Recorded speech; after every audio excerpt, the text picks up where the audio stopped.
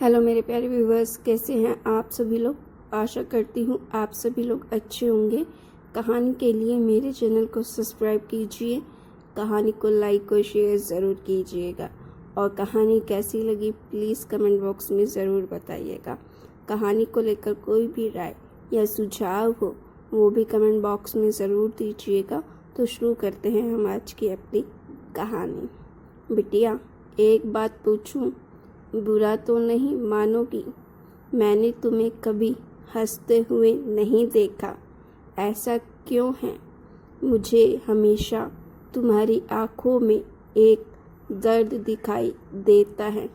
काम्या के घर में काम करने वाली कमली चाची ने एक उससे पूछ ही लिया।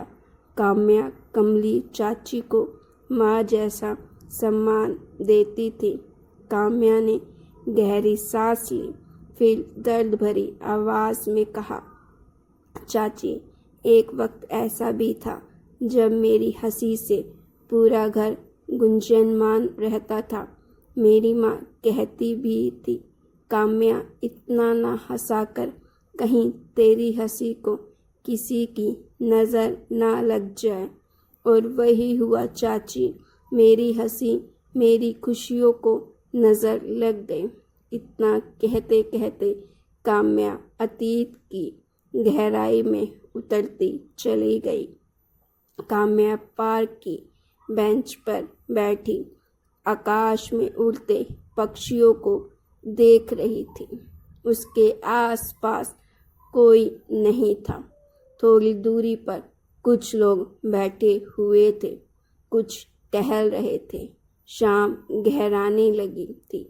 धीरे धीरे सभी पार्क से निकलने लगे, पर काम्या वहीं बैठी रही। वो कोई निर्णय नहीं ले पा रही थी।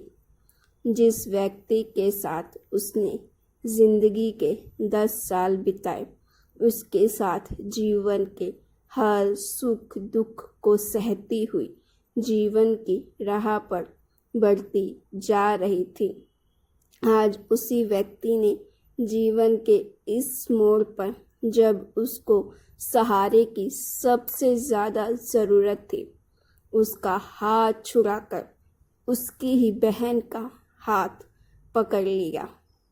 काम्या ये समझ ही नहीं पा रही थी कि उसके त्याग, बलिदान और प्यार में कहाँ कमी रह गई कि उसके पति ने उसकी भावनाओं की भी परवाह नहीं की।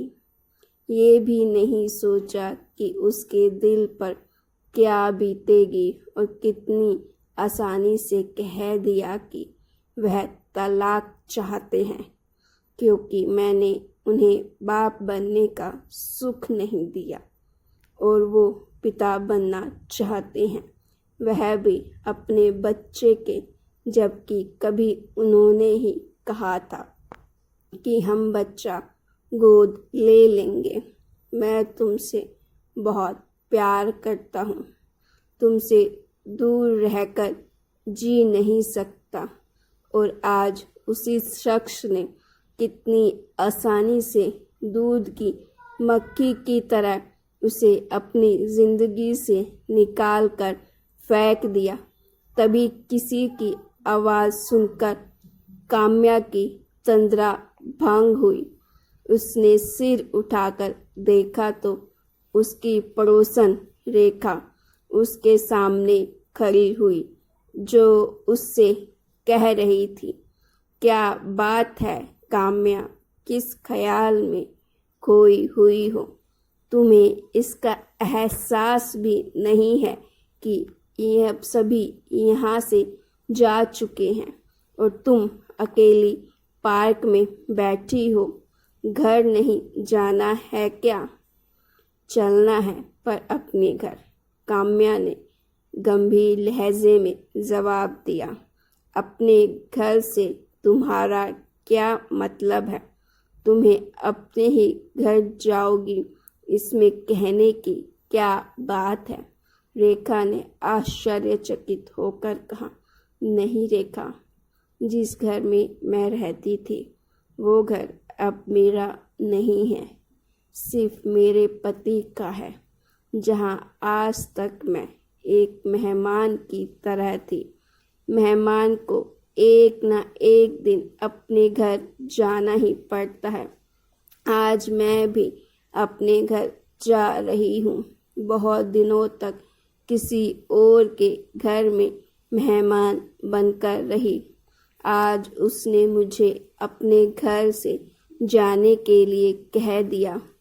मुझे बहुत पहले ही समझ जाना चाहिए था कि वो घर अब मेरा नहीं रहा, काम्या ने दर्द भरी आवाज में कहा। हमाने बनकर वहीं आज उसने मुझे अपने घर से जाने के लिए कह दिया। मुझे बहुत पहले ही समझ जाना चाहिए था कि वो घर अब मेरा नहीं रहा, काम्या ने दर्द भरी आवाज में कहा। तुम क्या कह रही हो? मुझे कुछ समझ नहीं आ रहा। साफ साफ बताओ, क्या बात है? रेखा ने काम्या के बगल में बैठते हुए पूछा। रेखा, मेरे पति ने मेरी बहन से शादी कर ली है और मुझसे तलाक चाहते हैं। उनका कहना है मैं अब उनके साथ नहीं रह सकती क्योंकि उनकी दूसरी पत्नी नहीं चाहती है कि मैं वहाँ रहूं। मैंने भी निर्णय ले लिया है।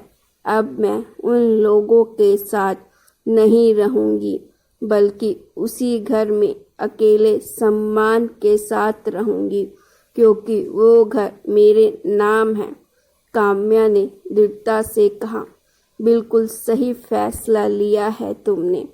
जब तुम्हारे पति और बहन ने तुम्हारी भावनाओं की परवाह नहीं की तो तुम्हें भी उदारता दिखाने की ज़रूरत नहीं है। उस घर पर तुम्हारा अधिकार है, तुम्हें कोई वहाँ से निकाल नहीं सकता। अब हम औरतों को अपनी सोच बदलनी होगी। असहाय बनने से काम नहीं चलेगा। अपने अधिकारों के लिए आवाज़ उठानी पड़ेगी, तभी हम स्वाभिमान से जी सकेंगे। अगर कमज़ोर बनकर हथियार डाल दिए तो हमें और भी दबाया जाएगा। उठो, अपने घर चलो और जिन्होंने ज़बरदस्ती तुम्हारे घर पर अधिकार किया हुआ है उसे बाहर निकालो। एक नई राह बनाओ। नई सुबह तुम्हारे स्वागत की तैयारियां कर रही हैं।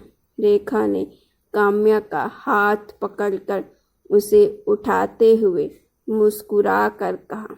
काम्या भी उठ खड़ी हुई। अब उसके चेहरे पर आत्मविश्वास की चमक तो थी, पर चेहरे पर गंभीरता छाई हुई थी। उसने दृढ़ता से रेखा का हाथ पकड़ा और अपनी मंजिल की तरफ चल पड़ी। काम्या अतीत से वर्तमान में लौट आई और उसने दर्द भरी मुस्कुराहट के साथ कहा, चाची, उसके बाद मेरी हंसी ने मेरा साथ छोड़ दिया। इसका सबसे बड़ा कारण था मुझे जो दर्द मिला उसे देने वाले मेरे अपने थे। तो गाइस, स्टोरी अच्छी लगी हो तो प्लीज़ स्टोरी को लाइक ज़रूर करें।